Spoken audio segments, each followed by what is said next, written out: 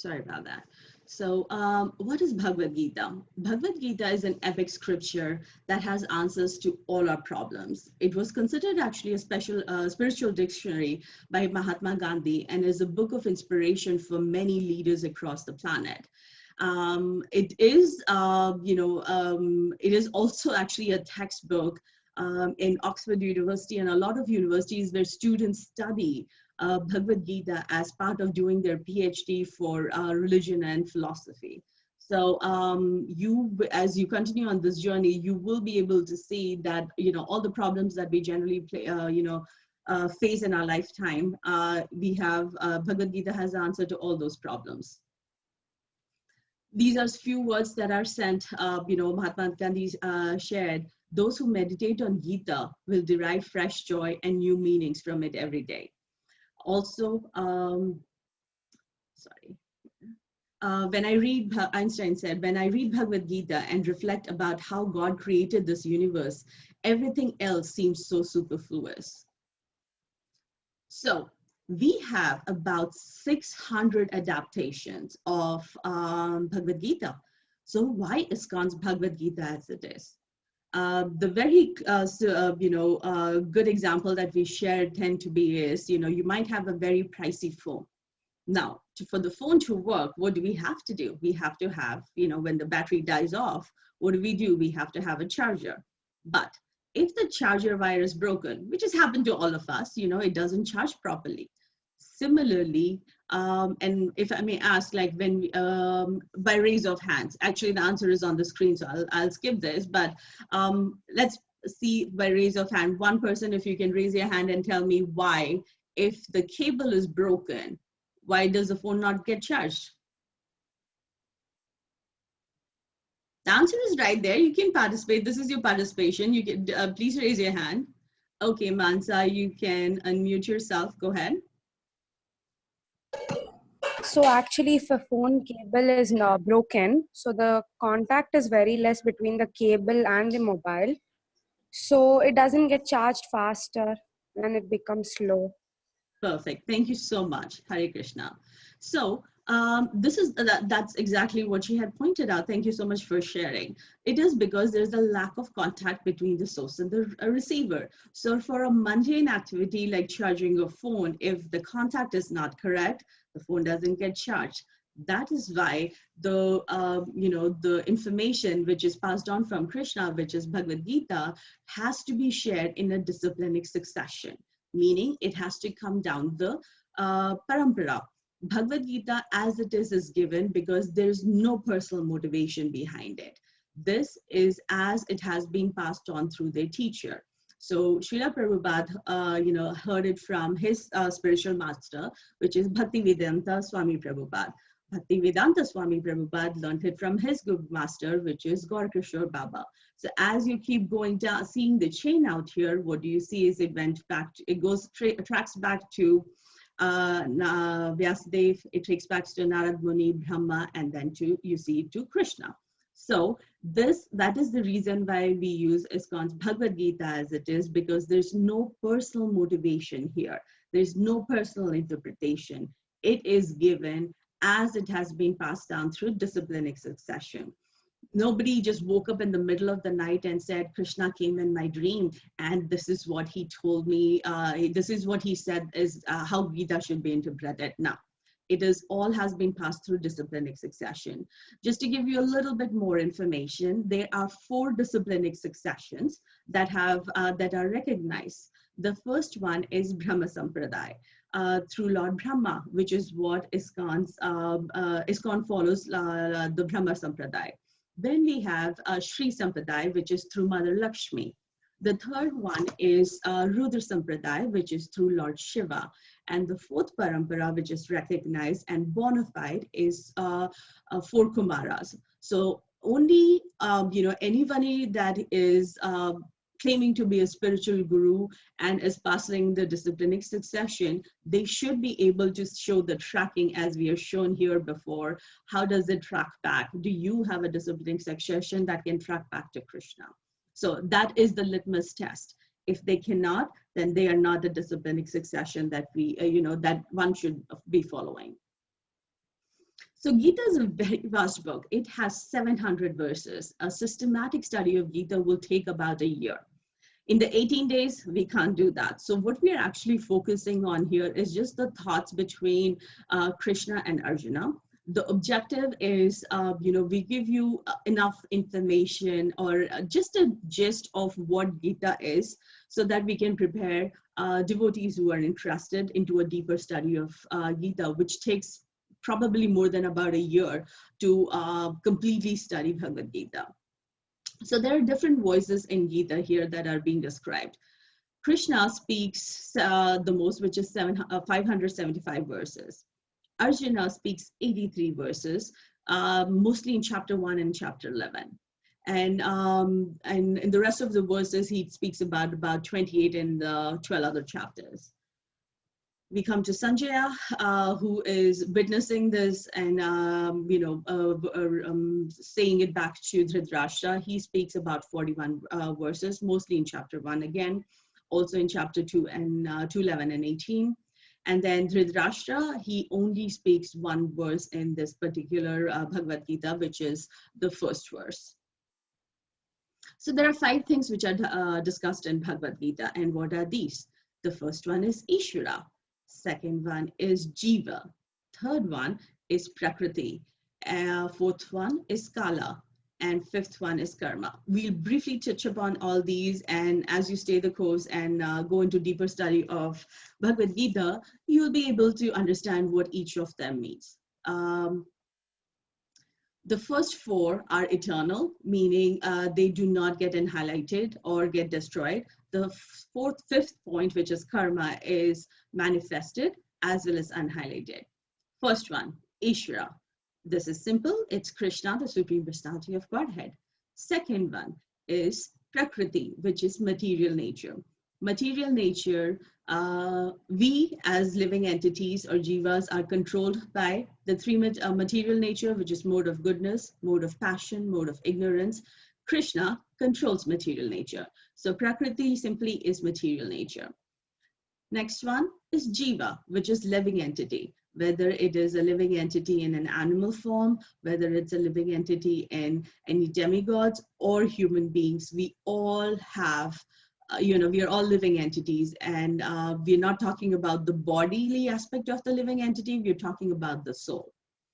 Kala, which is the fourth one, is time. Simply explained, it is time.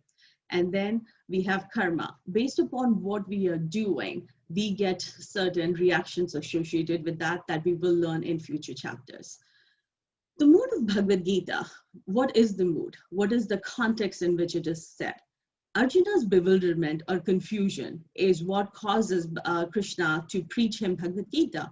And why is this? It is, he is a great devotee of Krishna. So why did he get confused?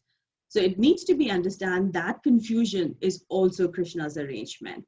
If it was not for Arjuna's confusion and bewilderment, there would not have been any necessity for Krishna to speak the Bhagavad Gita to rescue him.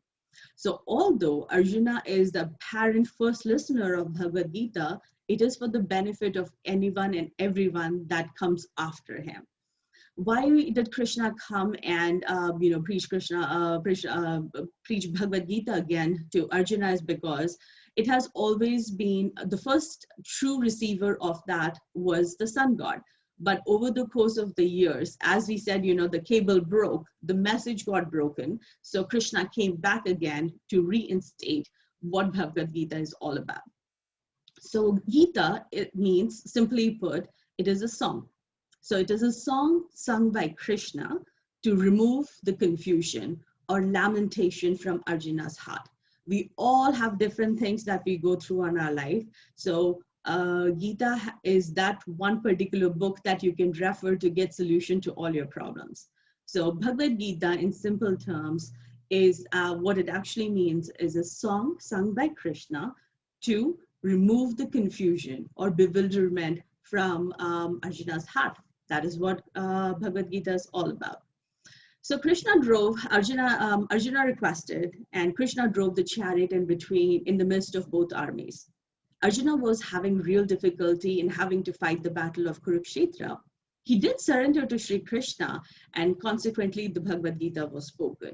So Since this journey begins with, every journey begins with the simple stuff, let's begin the journey into the mysticism of Gita, which we'll be playing the Gita Mahatmya.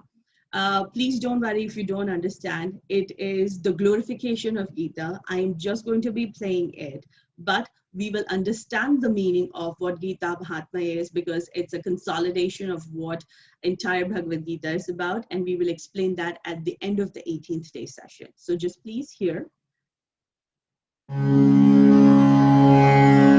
अथ गीता महात्म्या गीताशास्त्रम् इदं पुण्यं या पठेत् प्रयता पुमान् विष्णुपदम् अवाप्नोति भयशोकादिवर्जिता गीताध्ययनशीलस्य प्राणायामा परस्य च नैव सन्ति हि पापानि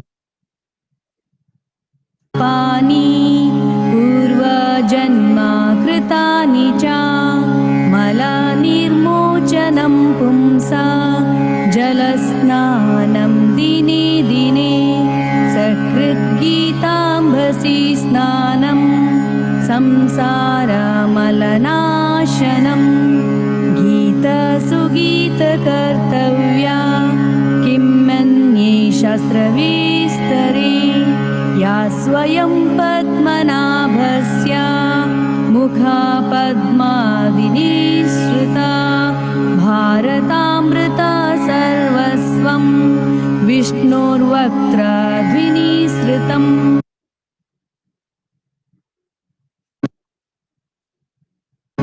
गीता गङ्गोदकं पीत्वा पुनर्जन्म न विद्यते सर्वोपनिषदो गावो दुग्धा गोपालनन्दना पार्थो वत्स सुधीर्भोक्ता दुग्धं गीतामृतं महात् एकं शास्त्रं देवकीपुत्रगीतम् एको देवो देवकी पुत्र एव एको मन्त्रस्तस्य नामानि यानि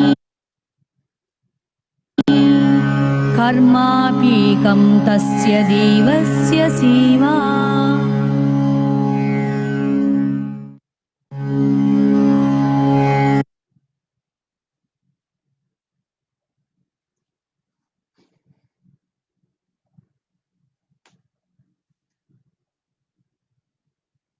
So all the this is just a summary of what Gita Mahatmya is. It says all the Upanishads are like cow, and the milker of the cow is Lord Shri Krishna, the son of Nanda.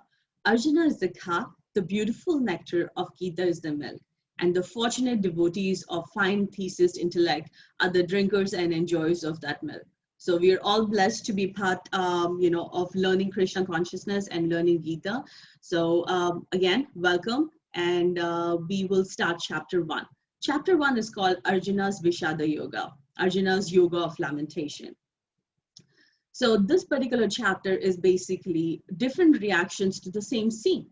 And here's where I will ask for a few participation. So there are three people that are witnessing the center of the battlefield, because what did Krishna do? Krishna pulled the chariot into the middle of the battlefield.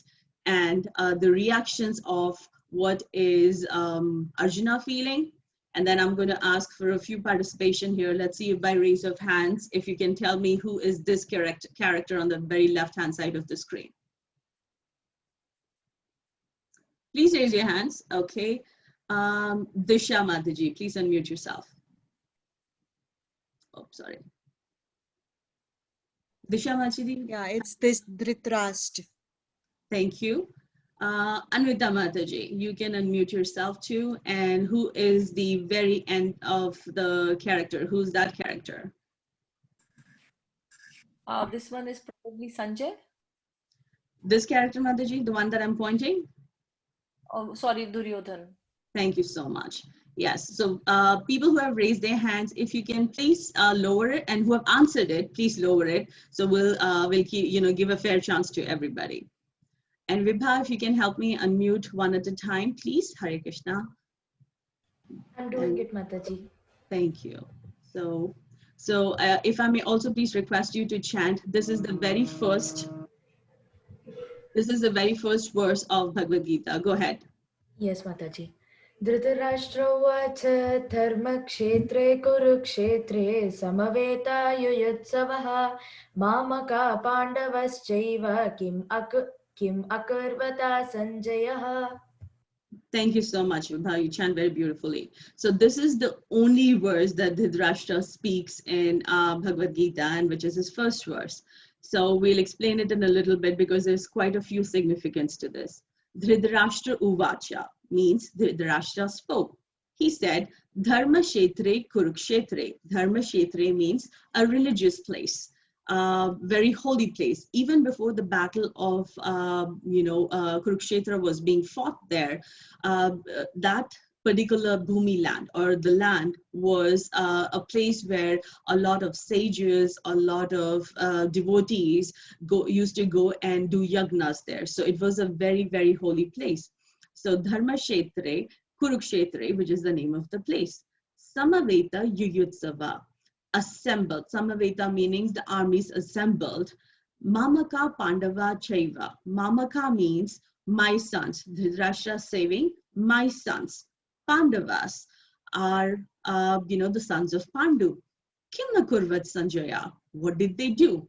So they're in a battlefield and he's asking, what are they doing? So it seems sometimes might be like a silly question. Why is he asking this question while he's in the battlefield? Because there's quite a few significance to it that we will break down the shloka in a bit.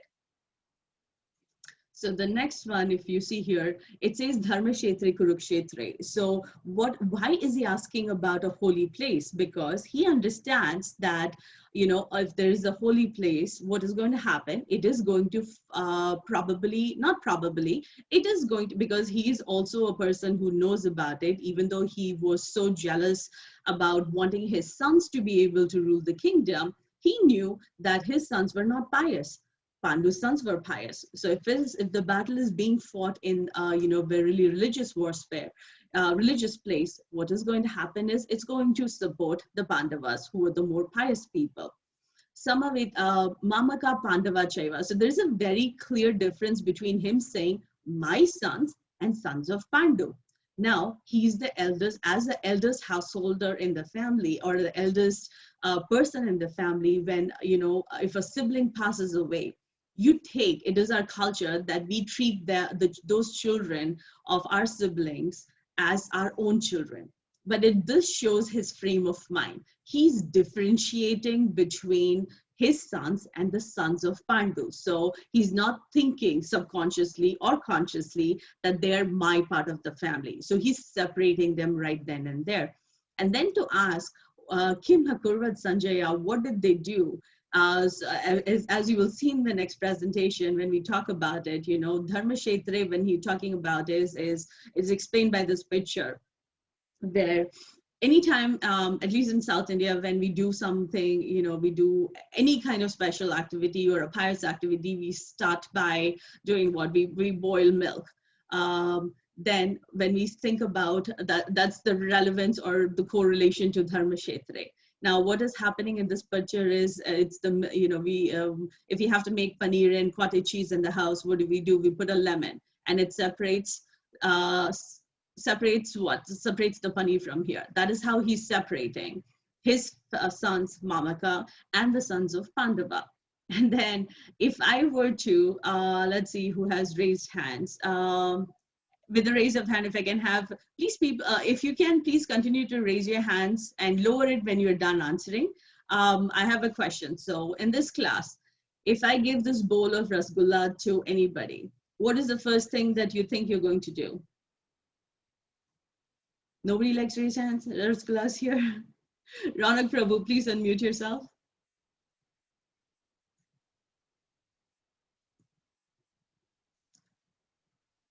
Ronak Prabhu, you can unmute yourself.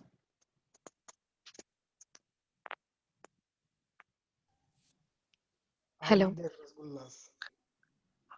Ron, I think Ronak.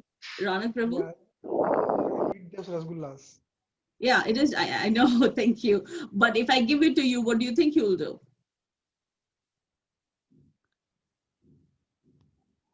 It's not a difficult question. Ranak Prabhu, you muted yourself again. If I were to give you that rasgulla, what will you do? Shivani Mataji, please unmute yourself. We'll mix it in the sira first. It's pre-prepared, Mataji. So if I give you, what will you do? If I offer it to you, what will you do? First we'll take it and then have it. No. Thank you. Very simple, right? It's not rocket science. Thank you so much for your participation. So if they are in the if I give you a rasgulla, 99% of you will eat it, right? So that's a silly question to ask. Similarly, if in the battlefield, why would he ask this question? Kim Akurva Sanjaya, what were they doing? They're in a battlefield. They're not there to watch a movie, right? They're there to fight.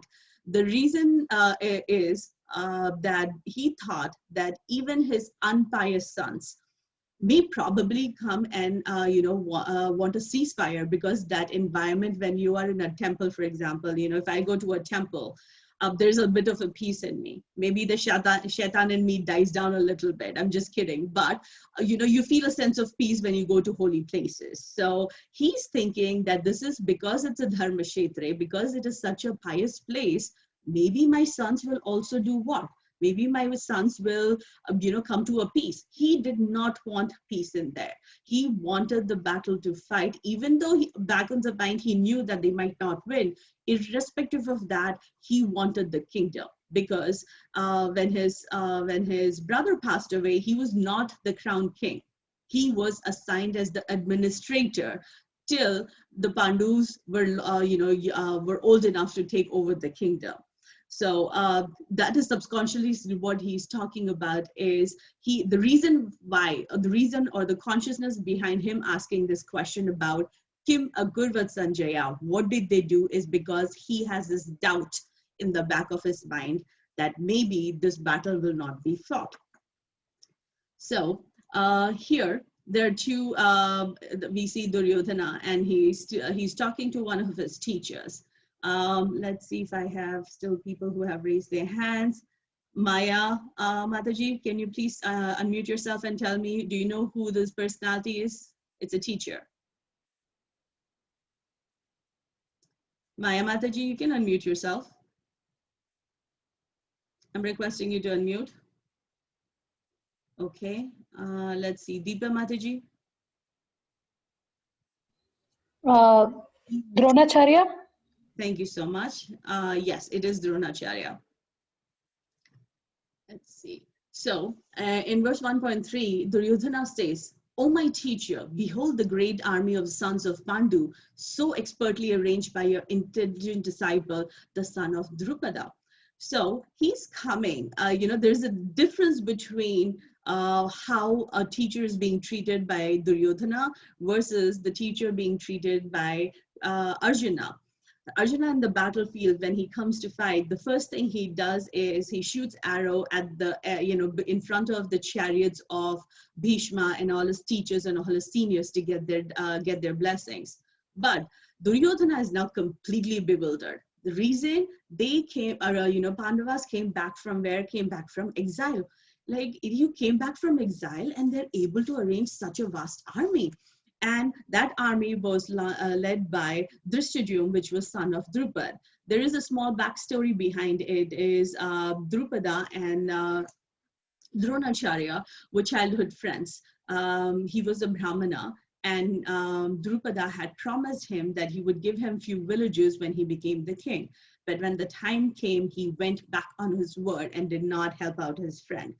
That is the reason why Dronacharya was quite upset, and as Guru Dakshina wanted his students to go and win Drupad, which they did. So Drupad was very not happy. He wanted revenge on Dronacharya, so he did a big yagna. And in the yagna, he got a son, Drishtadyumna, who would have the ability or the capability of killing Dronacharya, which was quite difficult because he was the guru of both the Kauravas and the Pandus. So now, but what happened? Because he's a Brahmana, what is his prescribed duty? His prescribed duty is to teach, which he did. He knew that Drupad's son was blessed to be able to, whenever his end of life came, it would be because of Drishtadyumna. But when Drupad brought him in his presence to say, you are the greatest teacher that is out there, can you teach my son? Dronacharya did what? He did not say, no, I'm not going to teach your son because your son is going to be the cause of my end. No, he knew that, but he still taught him. And that is what Duryodhana here is saying is, it is all because of you. You knew he was going to be the cause of your end, but you went ahead and taught him the art of the warfare. This is all your responsibility. This is what you are doing. Just go make sure that you don't go easy on it. Don't think of Arjuna, because everybody knew Arjuna was his favorite student, but do not go easy on him. You are the one who's responsible for all this arrangement on the opposite side happening. So it just shows different frame of mind of how, even though he's bewildered, Arjuna is still maintaining his etiquette versus Duryodhana that is coming and, non-apologetically being a little disrespectful to his teacher. So you can kind of see, like if I show this picture out here, what do you think is the expression? Let's see if I can get one more person. Riya Mataji, your hand was still raised. Can you go ahead and unmute yourself? What do you think is the expression? What is he feeling here? He's angry. He's frustrated. He's angry, he's frustrated. Thank you so much. Thank you for your participation. Yes. So we'll keep moving ahead. Vibha, if I may please ask you to chant this verse. Vibha, are you there? Yes, Mataji, I was unable to unmute. Oh, go ahead. Sagosho dhritarashtranam hridaya nivyadharayat nabascha prithivim chaiva tumulobhyano nadayan. Thank you so much, Vibha. So when the war was supposed to begin, both the parties blew their conch shells.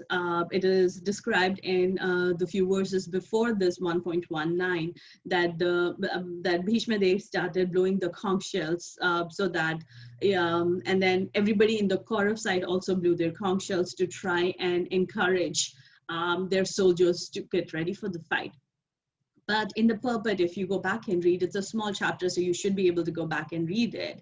It will say that Bhishma, even though he was, blowing the conch shell, he knew how the end was going to happen, but he was trying to motivate his son, his grandson, which was the Kauravas. But in 1.19, we are talking about blowing of the conch shells on the side of Krishna. Krishna, Arjuna, everybody blew the conch shells, and these conch shells were so transcendental in sound. When they blew it, what happened is it shattered the hearts of all the Kauravas. It there was a huge amount of fear in their hearts because they knew this was not something that was of material nature. All these conch shells was also a sign that the end might not be in their particular favor.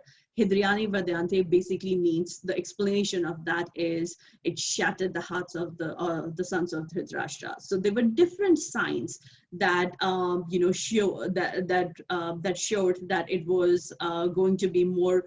It was going to be a more positive, favorable event for the Pandus rather than the Kauravas.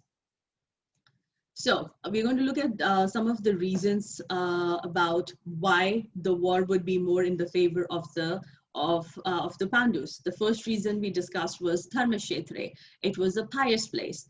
Pious place will have a more positive effect on pious people, which were the Pandus, not the Kauravas. Second reason, the divine chariot. The chariot was given to Arjuna by Agnidev, and it was blessed that whichever world, all the three worlds that it would travel in, it would be successful. So that was one reason why, the reason that is given or explained in the purpose is about why Pandus will be winning this war. Next one is Kapidhwaja, the flag which was on Arjuna's chariot.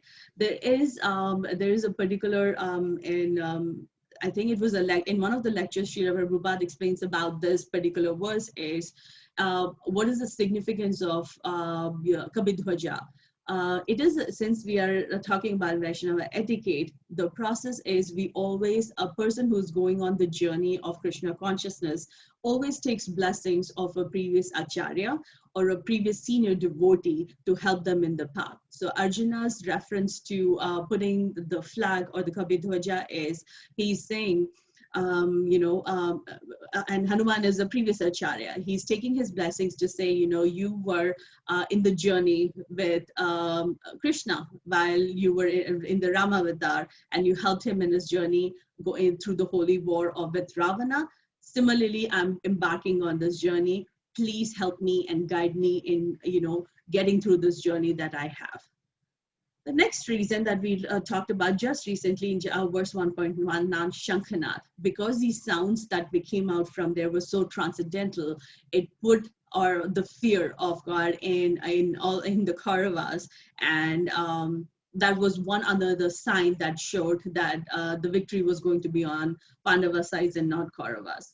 The Gandiva, which is the bow that you see in the picture here, Pashupasastra, was given to Krishna by Lord Shiva himself. So that is also a huge sign that the victory was going to be on their end.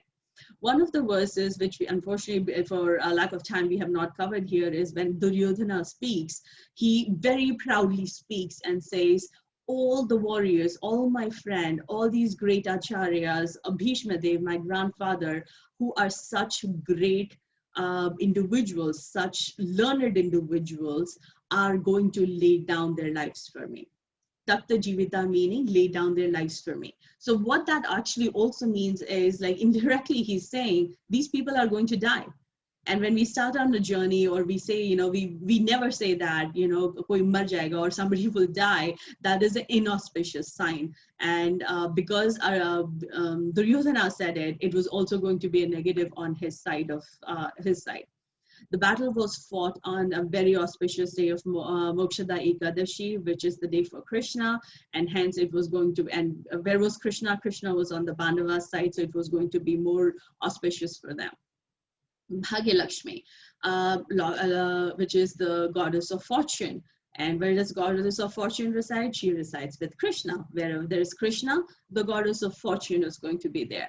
So if goddess of fortune is going to be there, how can misfortune fall on the Pandavas? So the victory was also going to be on their side. Finally, Rishikesha, which is the name of Krishna. He's the controller of all senses. So wherever there is Krishna, victory is going to be on their side. So these are some of the reasons or signs which showed that the victory was going to be on the Pandava sides and not the Kauravas. So here we are looking at it is, if you can see here, Arjuna is very, very confused. He's such a great devotee, but he's showing compassion for people, for his seniors, for his teachers. And we look at a couple of different reasons about why he does not want to fight. The first reason, which we will be explaining in detail as we go through the courses, is compassion. He says, in our culture, we don't even talk back to our elders. If we don't talk back to our elders, how can I kill them? They're worthy of my worship. The teachers, which is, my grandfather, Bhishma Dev, Dronacharya, Shukradev, all of them are my seniors. I can die for them. I can lay down my life for them, but how do I go back and kill them? Even though the Kauravas have done so much negative to us, but they're still my brothers. How can I go ahead and kill them? The second reason he gives is, I'm not going to have enjoyment. This is my family. If I kill them, and who am I going to enjoy my family with? So if we get, in our lives, if I get a promotion, or if I do something good and I get encouraged or appreciated for something, my enjoyment is I come and share with my family. My enjoyment is I come and share with my friends, and I share my happiness with them. He's saying that once they all die, what is going to happen? Who am I going to be enjoying this with? So he also knows the end, because Krishna is with him. He's not going to lose, but that compassion is making him give different reasons. The other reason is he says it's sin, as I mentioned. We are taught as we are growing up that you should not even talk back to elders. Krishna, you have killed demons. You have killed demons like Casey, and you're asking me to kill my grandfather. You're asking me to kill teachers. It is sinful. How can I perform this?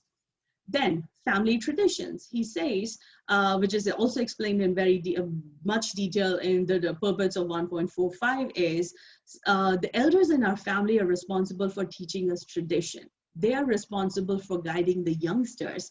If they are not there, how are we going to, how is the future generation going to go ahead and learn anything new or learn anything proper? So, Krishna, I don't want to fight. The final thing is his indecision. Because of this compassion, because of his lamentation, he is confused. Once he gives these reasons, he literally falls apart, sits down, the Gandiva bow slips down from his hand, and he says, I'm confused, Krishna. I cannot get rid of this lamentation from my heart. Please guide me. And this is not something, this actually shows what we all personally go through ourselves in different aspects of life about, what we have as individuals encountered these things also. So try and be a little bit more introspective and see, which one of these you have had to go through when you had to make a difficult decision, when the time came for you to do it. This is just a quick summary of our chapter. Dhritarashtra inquires in 1.1, Kim Akurva Sanjaya. He says, what are they doing in the battlefield? Duryodhana's fear is explained in verse 1.2 to 1.11.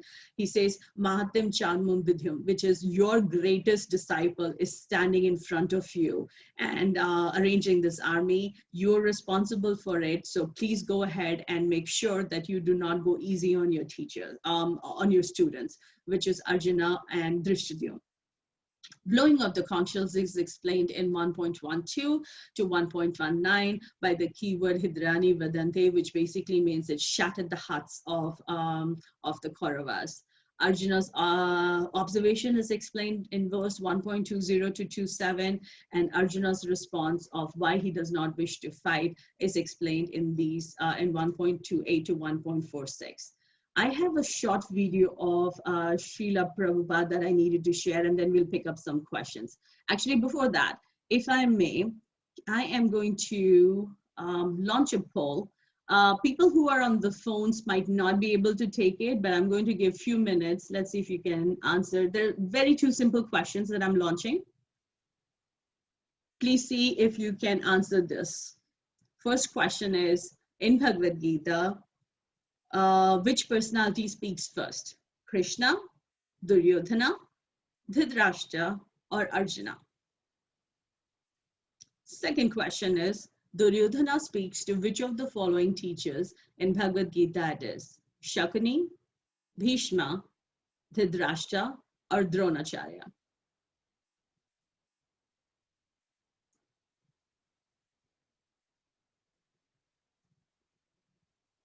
Only about 40% of the class seems to have voted. Please participate.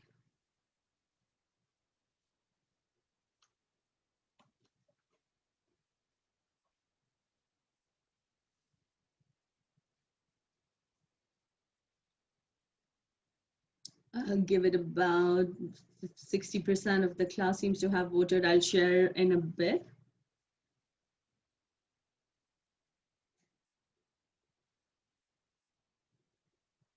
I'll give it 10 more seconds.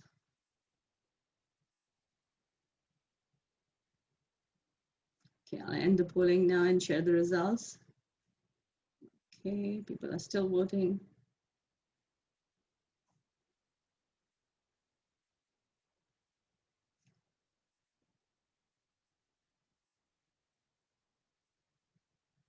So about 79% of the class said Dhritarashtra, correct, because that is the first verse he talks about. Is the first verse 1.1 is spoken by Dhritarashtra. Okay, I don't know if people were able to take the second. No, you were perfect. 88% of the class said Dronacharya. That is correct. Duryodhana does speak to Dronacharya. So thank you so much for your participation. And let's see if I can share screen. Let me just show you a quick video and then we'll pick up questions.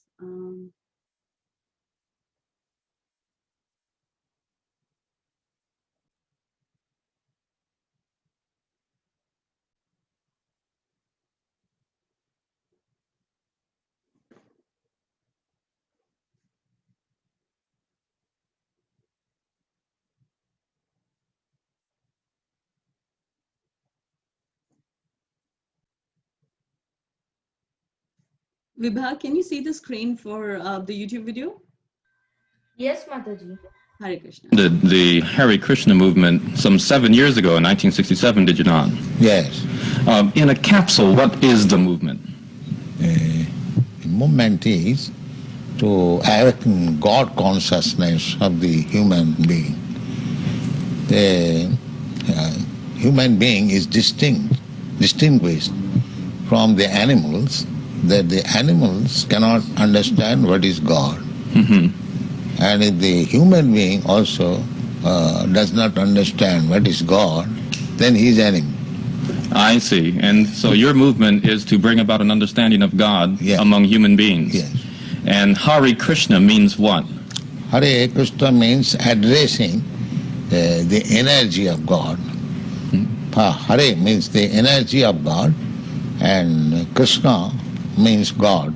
Mm-hmm. Okay, you were here yesterday and to attend your annual festival that was held here in Golden Gate Park, and we were there too. And in fact, here it is. A few thousand people came out to hear it. How many people are now disciples of the Krishna consciousness movement? Dedicated life, about 10,000.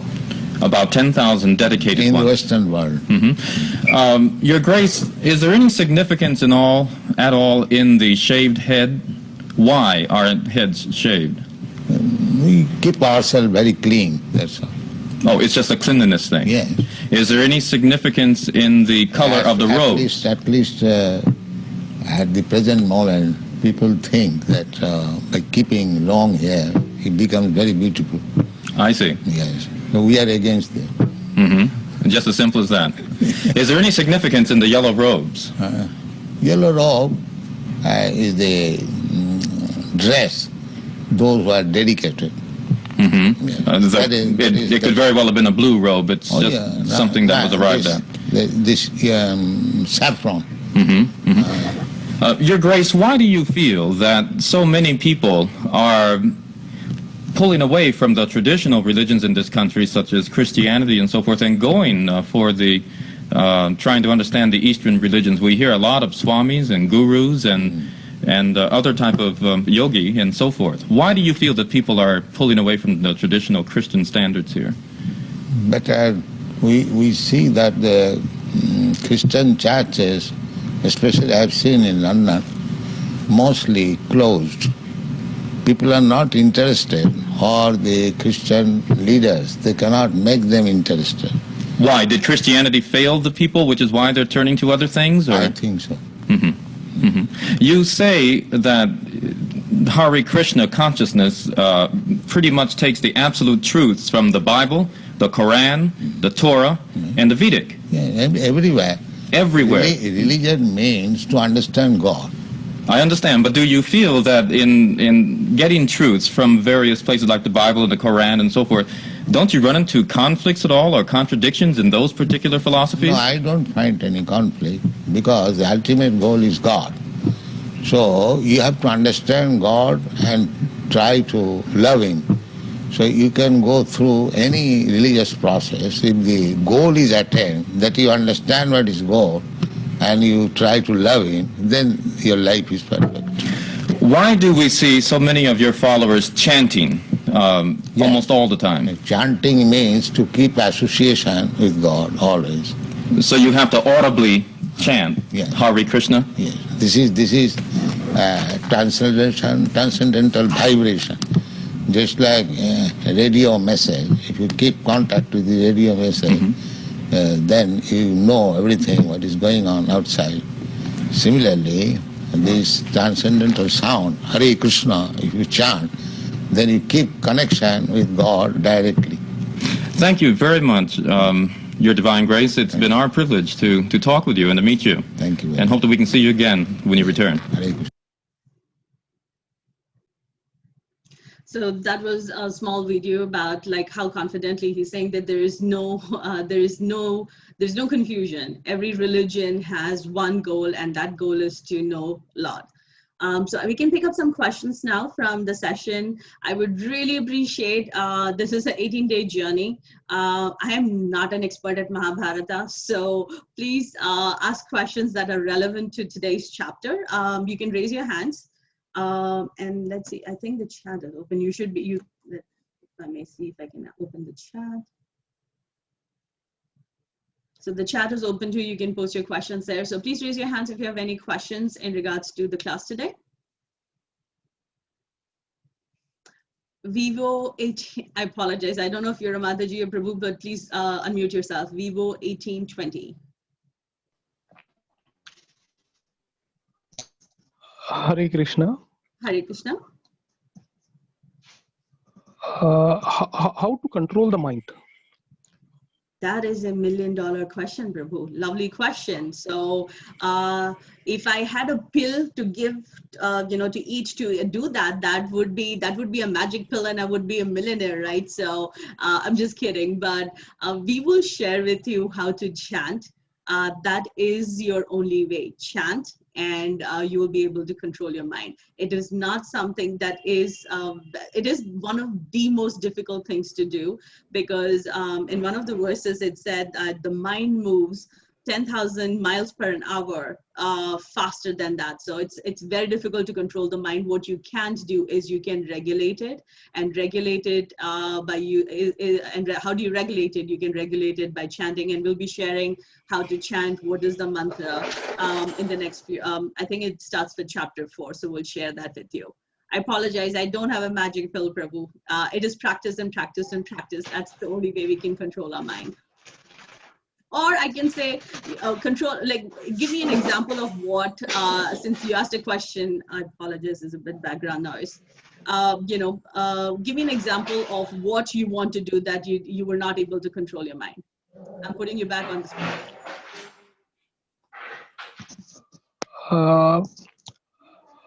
The thing is, I have a very wavering mind.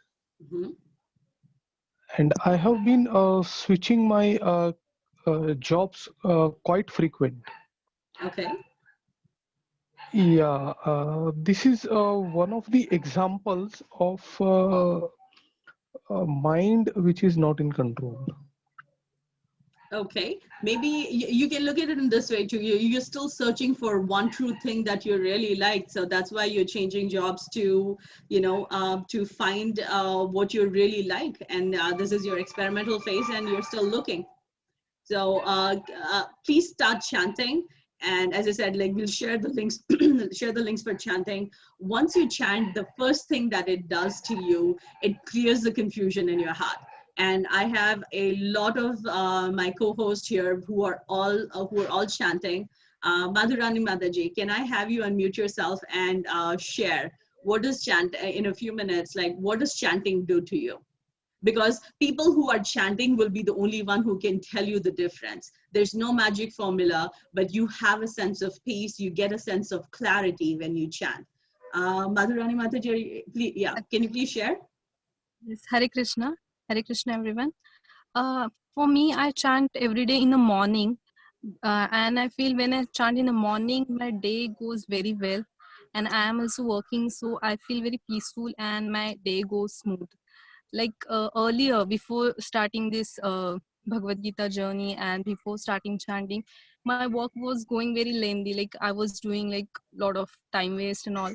But now I finish my work on time. So I feel very organized, and because I'm doing chanting and I feel peaceful. That is one of the major importance of chanting. Thank you so much for sharing. So Prabhu, no magic pill, you have to chant and you will see the difference, and we'll share the information. Thank you so much for asking. Rahul Prabhu, what is, you can unmute yourself and ask a question. Rahul, you're unmuted. Hare Krishna. Hare Krishna. In the last video, we saw that Prabhuji was telling humans can only understand God. So, like, animals cannot liberate themselves, or they are like. So the context there, Prabhu, is the animals. Animals don't incur any sin or any karmic references because they are growing through constitutionally. You are unmuted yourself again, Prabhu. You can unmute yourself. Only human beings have the ability to elevate themselves. They are the only ones who are given that opportunity. Animals do not have that capability. However, if an animal unknowingly, animal or any living entity unknowingly gets into the service of Krishna, they get a human life. So animals go through an evolutionary process to get a human life. So till then, they just follow through the evolutionary processes, but they don't incur any sin, or they don't have the ability to increase their consciousness. Thank you, ma'am. Hare Krishna. Divya Mataji, please unmute yourself. Hare Krishna. Hare Krishna. So my question was regarding the video which was played before. So there the question was asked that should we chant the God's name loud? Like should it be should we actually speaking it out loud? So my question is meditation on God's name is same as chanting the God's name, or do we have any difference between those? So when you're talking about meditation, Mataji, like if you have a very controlled mind, go for it. You can meditate, but a human mind runs 10,000 miles an hour, right? So when you chant loudly and you're hearing, chanting oddly, chanting is just a matter of your voice and hearing. You tend not to get distracted. Even while chanting, I chant and I get distracted and then say, nahin, chalo, come back to mind. But when you chant slowly or when you're closing your eyes, I'm a human, I fear I'm going to fall asleep. So the mind is not active, versus when you're chanting loudly and you're hearing it, you tend to have a little bit more concentration rather than just closing eyes and meditating. Unless you have the technique where you can control your mind and do meditation, chanting is a much more prescribed way to connect rather than closing your eyes and staying in a samadhi position. If you can, good for you, but for all new beginners, that generally does not work. You muted yourself, Mataji. You can unmute yourself. Yes, so you say that the purpose of both is the same, but the way we are attaining it is different, right? Based on our capabilities. So what is the goal of chanting, or what's the goal of meditation, Mataji? To be able to concentrate, is that correct? You can stay unmuted, Mataji. You keep muting yourself. Yes, ma'am. Yeah, so if I may ask you, do you do meditation? I try to do, but I often get restless when I'm meditating. So Correct, right? So because you're silent, try and chant audibly.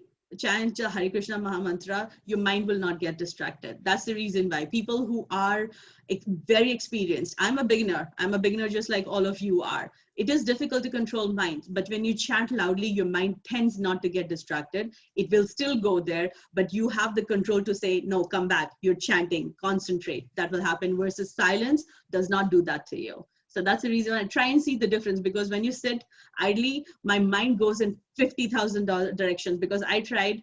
Unfortunately, I don't think so I'm blessed enough to have that concentration power. But when I started chanting, I was able to. I still get distracted, but at least I have to say, no, don't think.